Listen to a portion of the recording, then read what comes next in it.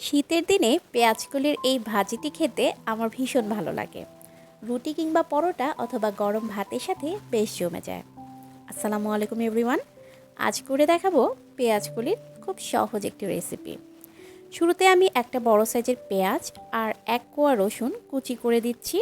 তেলটা গরম করে নিয়েছি। তেলের পরিমাণটা হবে 1/4 কাপের চেয়ে কিছুটা কম। আমি যে পরিমাণ পেঁয়াজকলি নিয়েছি তাতে 1/4 কাপের চেয়ে কম দিয়েছি। আপনারা তেলটা বুঝে শুনে দিবেন। সামান্য একটু হলুদ গুঁড়ো দিয়ে দিলাম। পেঁয়াজটা মিনিট খানেক ভেজে দিয়ে দিচ্ছি কেটে ধুয়ে রাখা আলু কুচি। অবশ্যই চেষ্টা করবেন নতুন আলুটা নিতে। পেঁয়াজকলি সিদ্ধ হতে খুব বেশি সময় লাগে না, সেজন্যই আলুটা আগে দিয়ে নিয়েছি। আলুটা কিছুক্ষণ ভাজার পর দিয়ে দিচ্ছি ধুয়ে কেটে রাখা পেঁয়াজকলি। এখানে পেঁয়াজকলিগুলোকে আমি 1 ইঞ্চি সাইজ করে কেটে নিয়েছি। দিয়ে দিচ্ছি 2টা ছোট সাইজের টমেটো কুচি। টমেটোটাকে পাতলা স্লাইস করে কেটে দিয়েছি। কিছু কাঁচামরিচ ফালিও দিয়ে দিচ্ছি। আপনারা ঝালটা আপনাদের পরিমাণ অনুযায়ী দিবেন। স্বাদ অনুযায়ী লবণ।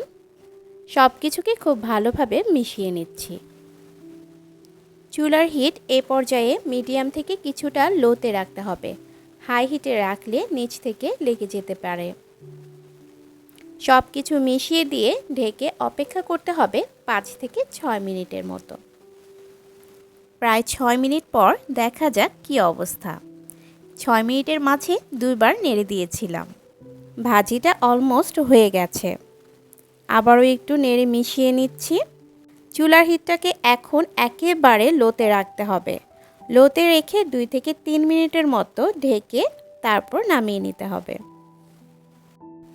আমি জানি এই সহজ রেসিপিটি অনেকেই করতে পারেন, তবে আমি মনে করি আমার আজকের এই সহজ রেসিপিটি নতুন রাঁধুনি যারা আছেন আর ব্যাচেলর আপু ভাইয়ারা যারা আছেন তাদের অনেক কাজে আসবে। নামানোর আগে উপর থেকে ধনেপাতা কুচি ছড়িয়ে মিশিয়ে নামিয়ে নিচ্ছি। আশা করি আজকের এই চটজলদি রেসিপি আপনাদের ভালো লেগেছে।